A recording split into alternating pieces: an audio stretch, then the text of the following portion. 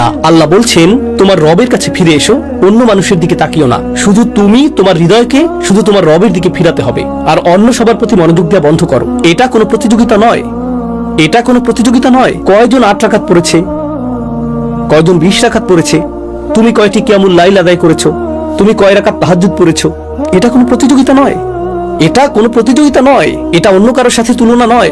এখন আপনাকে শুধু নিজেকেই ফিরিয়ে আনতে হবে।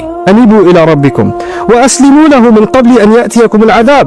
তার সামনে নিজেকে সঁপে দাও, শাস্তি আসার আগে, অনেক দেরি হওয়ার আগে। অর্থাৎ আল্লাহ বলছেন এখনো খুব বেশি দেরি হয়ে যায়নি, অনেক দেরি হবে যখন শাস্তি চলে আসবে, যার অর্থ হলো যখন আপনার মৃত্যু আসবে এবং তারপরে বিচার দিবস চলে আসবে। তা এখনো আসেনি, তাই আপনার জন্য এখনো দেরি হয়ে যায়নি। অন্যভাবে আল্লাহ একথা বলছেন যে তোমার কাছে সময় আছে, অন্যভাবে আল্লাহ একথা বলছেন যে তোমার আশা এখনো শেষ হয়নি। وأسلموا من قبل أن يأتيكم العذاب ثم لا تنصرون। তখন তোমাদেরকে আর সাহায্য করা হবে না, তখন আর সাহায্য করা হবে না। এটা কেবল হুমকি নয়, বরং উৎসাহ বটে। কারণ আল্লাহ যদি বলেন তখন তোমাকে সাহায্য করা হবে না, এর মানে এখন তোমাকে সাহায্য করা হবে, এখন তোমাকে সাহায্য করা হবে, তখনই কেবল তোমাকে সাহায্য করা হবে না।